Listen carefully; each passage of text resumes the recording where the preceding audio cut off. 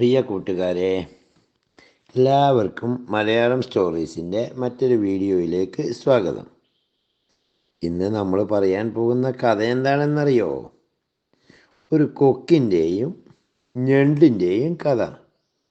കൂട്ടുകാർ കേട്ടിട്ടുണ്ടോ? കൊക്കിനെ കണ്ടിട്ടുണ്ടോ? നമ്മുടെ കാക്കയെ പോലെ അല്ല, കഴുത്തൊക്കെ കുറച്ച് നീണ്ട് വെള്ള നിറത്തിലുള്ള ഒരു പക്ഷിയാണ് കൊക്ക്. ഞണ്ട് പുഴവക്കത്തും വയലിലൊക്കെ കാണുന്ന പുറകോട്ട് നടക്കുന്ന നിരവധി കാലുകളൊക്കെയുള്ള ഒരു ജീവിയാണ്. ഇനി നമുക്ക് കൊക്കിൻ്റെയും ഞണ്ടിൻ്റെയും കഥ പറയാം. ഒരു വനത്തിൻ്റെ ഉൾഭാഗത്ത് നാനാവിധത്തിലുള്ള ജലജീവികൾ താമസിച്ചിരുന്ന ഒരു കുളം ഉണ്ടായിരുന്നു. ഈ കുളത്തിലെ വെള്ളത്തിൽ ജീവിക്കുന്ന മത്സ്യങ്ങളെയും ഞണ്ടിനെയൊക്കെ തിന്നുകൊണ്ട് അവിടെ ഒരു മരത്തിൽ താമസിച്ച് വരുന്ന ഒരു കൊക്കിന് വയസ്സായി.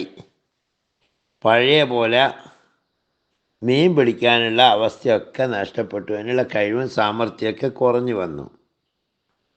അതാണ് നമുക്കറിയാവുന്നത് പോലെ വയസ്സാകുമ്പോൾ നമ്മുടെ ബുദ്ധിയും ശക്തിയും ഒക്കെ ക്ഷയിക്കും. അപ്പോൾ ആലോചിക്കാനുള്ള കഴിവ് നഷ്ടപ്പെടും. അങ്ങനെയൊക്കെ വന്നപ്പോൾ കൊക്കിന് ഭക്ഷണം കിട്ടാതായി. പല ദിവസങ്ങളിലും ആഹാരം ലഭിക്കാതെ വിശന്ന് വലഞ്ഞു. ഒരു ദിവസം ഈ കൊക്ക് ഒരു നാടകമുണ്ടാക്കി. അതായത് കുളക്കരയിലിരുന്ന് ഇങ്ങനെ ഒരേ കരച്ചിൽ കരയാൻ തുടങ്ങി. അപ്പോൾ കുളത്തിലെ മത്സ്യങ്ങളോടൊപ്പം നീന്തി തുടിച്ചുകൊണ്ടിരുന്ന ഞണ്ട് ഈ കൊക്കിൻ്റെ നിലവിളി കേട്ടു. അപ്പോൾ ഈ മത്സ്യങ്ങളും എന്ത് ചെയ്തു? ഈ കൊക്കിൻ്റെ കരച്ചിൽ കേട്ട് എന്താണ് ഇവരിങ്ങനെ സങ്കടത്തോടെ കരയുന്നത്? സാധാരണ നമ്മളെ പിടിച്ചു തിന്നാൻ വരാറുള്ള ഇവനെന്തിനാണ് ഇങ്ങനെ കരയുന്നതെന്ന് ആലോചനയിലായി. ഒടുവിൽ ഇവരൊക്കെ കൂടി കൊക്കിന് തങ്ങളെ കൊത്തി തിന്നാൻ പറ്റാത്ത അത്ര കുറച്ച് ദൂരത്ത് നിന്നിട്ട് ചോദിച്ചു, കൊക്ക് മാമ, ഇന്നെന്താണ് അങ്ങ് സാധാരണ പോലെ ആഹാരമൊന്നും കഴിച്ച് കാണാത്തത്? കരഞ്ഞ് കലങ്ങിയ കണ്ണും കൊണ്ട് ഇങ്ങനെ ഇരുന്ന് കരഞ്ഞുകൊണ്ടിരിക്കുന്നത് എന്തുകൊണ്ടാണ് എന്ന് ചോദിച്ചു. കൊക്ക് പറഞ്ഞു, കുഞ്ഞുങ്ങളെ, നിങ്ങൾ യാഥാർത്ഥ്യം ബോധ്യപ്പെടാൻ കഴിവുള്ളവരാണെന്നാണ് എൻ്റെ വിശ്വാസം. അതുകൊണ്ട് ഞാൻ നിങ്ങളോടൊന്നും മറച്ചു വെക്കുന്നില്ല. പിന്നെയും കൊക്കിൻ്റെ കണ്ണിൽ നിന്ന് കണ്ണീരൊഴുകാൻ തുടങ്ങി.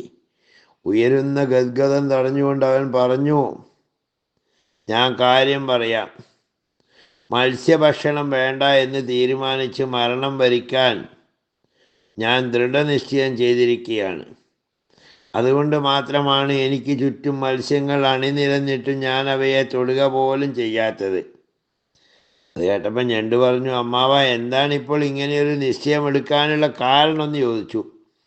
കൊക്ക് പറഞ്ഞു, ഈ കുളത്തിൻ്റെ തീരത്ത് ജനിച്ചു വളർന്നവനാണ് ഞാൻ. ഇപ്പോൾ വിശ്വസനീയമായി അറിയാൻ കഴിഞ്ഞു, വരുന്ന 12 വർഷത്തേക്ക് മഴ പെയ്യുകയില്ലെന്നാണ് ജ്യോതിഷ ഫലം പറയുന്നത്. ശനി രോഹിണി മണ്ഡലം ഭേദിച്ച് ഭൂമിക്കും ശുക്രനും മധ്യഭാഗത്തേക്ക് വന്നെടുത്തുകൊണ്ടിരിക്കുന്നതിനാലാണ് ഇത് സംഭവിക്കുന്നത് എന്ന് പറഞ്ഞു. അപ്പോൾ ഞണ്ടി ചോദിച്ചു, കൊക്കമാവൻ ഈ വിവരമൊക്കെ എവിടുന്നാണ് കിട്ടിയത് എന്ന് ചോദിച്ചു. അന്നേരം പറഞ്ഞു, ഞാൻ വരാഹമിഹിരൻ പോലെയുള്ള വലിയ പണ്ഡിതന്മാരുടെ ജ്യോതിഷ ഗ്രന്ഥങ്ങളൊക്കെ വായിച്ചപ്പോൾ അതിൽ നിന്ന് മനസ്സിലായ സത്യമാണിത് എന്ന് പറഞ്ഞു.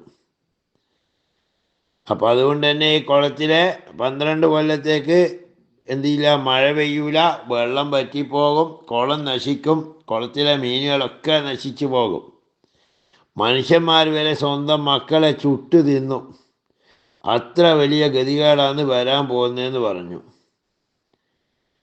അതുകൊണ്ട് ഇപ്പം തന്നെ വളരെ കുറച്ച് വെള്ളം മാത്രമുള്ള ഈ കുളം നിശേഷം വറ്റിപ്പോകും.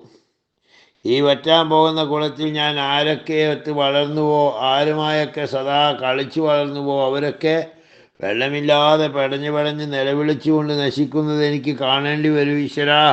ആ ദുഃഖം എങ്ങനെ സഹിക്കാനാകും എന്ന് പറഞ്ഞുകൊണ്ട് പിന്നെയും കൊക്ക് കരയാൻ തുടങ്ങി.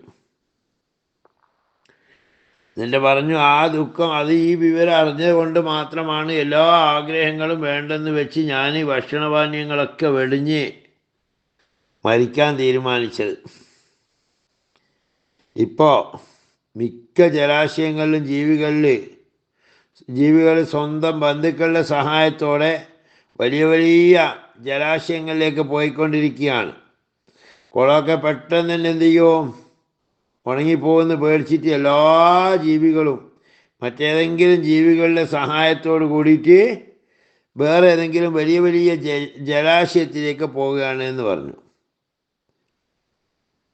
എന്നിട്ട് അതുകൊണ്ട് അങ്ങനെ പോയിക്കൊണ്ടിരിക്കുന്നു. എന്നിട്ട് പോലും ഈ കുളത്തിലുള്ള നിങ്ങൾക്കാർക്കും രക്ഷപ്പെടാൻ ആഗ്രഹമില്ലേ? ഇതാലോചിച്ചിട്ട് എനിക്കൊരു സമാധാനവുമില്ല എന്ന് പറഞ്ഞ് കൊക്ക് ഏങ്ങി കരയാൻ തുടങ്ങി. നിങ്ങൾക്ക് ഒരാൾക്ക് പോലും ഇവിടെ നിന്ന് രക്ഷപ്പെടണമെന്നില്ലേ, പറയൂ എന്ന് പറഞ്ഞു.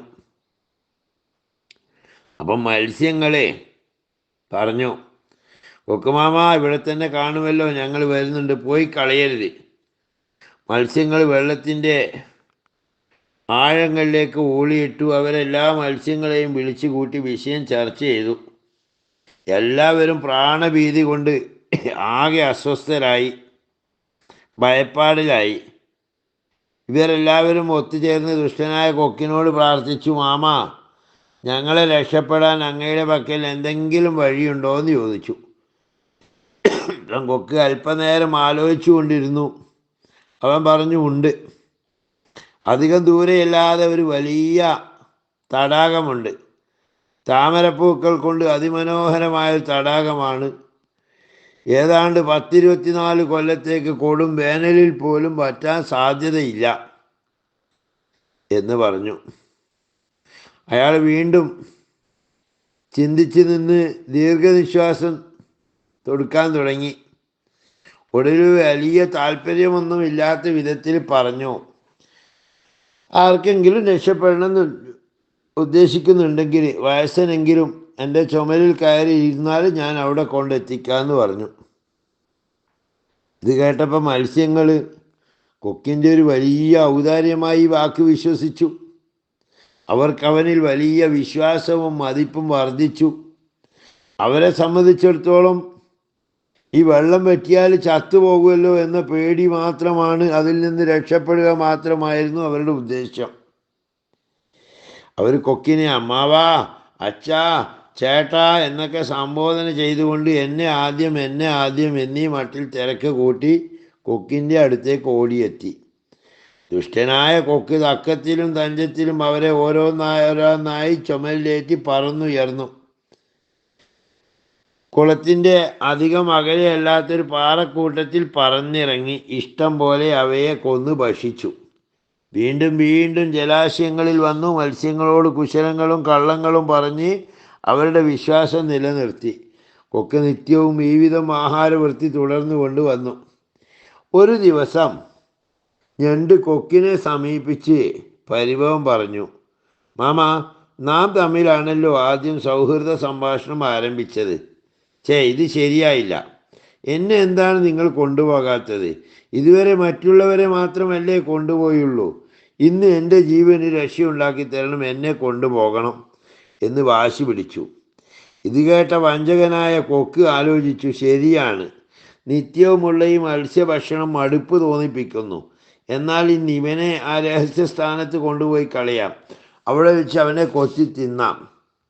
ഇങ്ങനെ കരുതി ഞണ്ടിനെ ചുമലിലേക്ക് പാറക്കെട്ടി ലക്ഷ്യമാക്കി പറക്കാൻ തുടങ്ങി.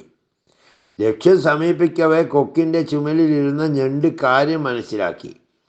അകലെ തങ്ങൾ പറന്നിറങ്ങാൻ പോകുന്ന സ്ഥലത്തിനരികിലുള്ള പാറക്കെട്ടിന് മുകളിൽ ചിതറിക്കിടക്കുന്ന മത്സ്യത്തിൻ്റെ എല്ലുകൾ അവൻ്റെ ശ്രദ്ധയിൽപ്പെട്ടിരുന്നു.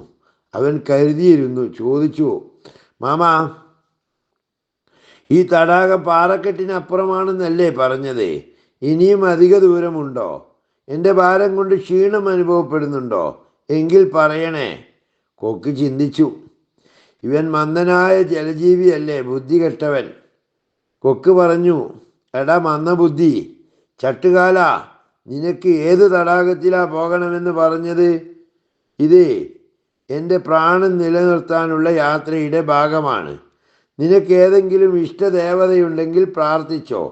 നിന്റെ ഏറ്റവും അവസാനത്തെ യാത്രയാണ്, അന്ത്യയാത്രയാണിത്. നിന്നെ ഉടൻ തന്നെ മറ്റൊരു പാറയിൽ നിക്ഷേപിച്ച് ഞാൻ തിന്നാൻ പോകുന്നു. ഇത്രയും പറഞ്ഞുകൊണ്ട് പാറപ്പരപ്പിലേക്ക് അവൻ പറന്നിറങ്ങി. ഞണ്ട് ഇത് കേട്ട് ഞെട്ടിയില്ല. കാര്യങ്ങൾ നേരത്തെ തന്നെ ഏകദേശം പിടികിട്ടിയിരുന്നു. സാധ്യമായ ധൈര്യം അവനെ അനുഗ്രഹിച്ചു. ബുദ്ധി യഥായോഗ്യം പ്രവർത്തിച്ചു തുടങ്ങി.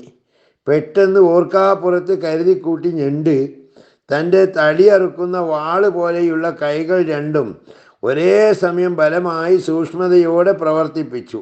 ഒരു നിമിഷം കൊക്കിൻ്റെ കഴുത്ത് താമരത്തണ്ട് എങ്ങനെ അതുപോലെ ഞണ്ട് മുറിച്ചെടുത്തു. കൊക്കിൻ്റെ തലയുമായി വളരെ ബന്ധപ്പെട്ട് പതുക്കെ ജലാശയത്തിൽ തിരിച്ചെത്തി. ഞണ്ടിനോട് മത്സ്യങ്ങൾ ചോദിച്ചു, അമ്മാവൻ എവിടെ? നീ എന്തേ തിരിച്ചു പോന്നു? ഇത് കേട്ട് ഞണ്ട് പരിഹാസത്തോടെ പറഞ്ഞു, മണ്ടന്മാരെ, അവൻ നമ്മെ പറ്റിക്കുകയായിരുന്നു. പോയവരെ എല്ലാം ഒരു പാറയിൽ കൊണ്ടുവച്ച് അവൻ തിന്നുകയായിരുന്നു. മരിക്കും മുമ്പ് ഭാഗ്യവശാൽ അത് ബോധ്യപ്പെടാൻ എനിക്കിടയായി. ആ വിശ്വാസവഞ്ചകനെ ഞാൻ കൊന്നു. കണ്ടില്ലേ അവൻ്റെ തലയും കൊണ്ടാണ് ഞാൻ വന്നിരിക്കുന്നത്. ഇനി പരിഭ്രമിക്കേണ്ട, ഇനി എല്ലാ ജീവികൾക്കും ക്ഷേമമുണ്ടാകുമെന്ന് ഞണ്ട് തൻ്റെ കൂട്ടുകാരോട് പറഞ്ഞു. കൂട്ടുകാർക്ക് കഥ ഇഷ്ടപ്പെട്ടിട്ടുണ്ടാകുമെന്ന് പ്രതീക്ഷിക്കുന്നു. ചാനൽ സബ്സ്ക്രൈബ് ചെയ്യാൻ മറക്കരുത്. നന്ദി, നമസ്കാരം.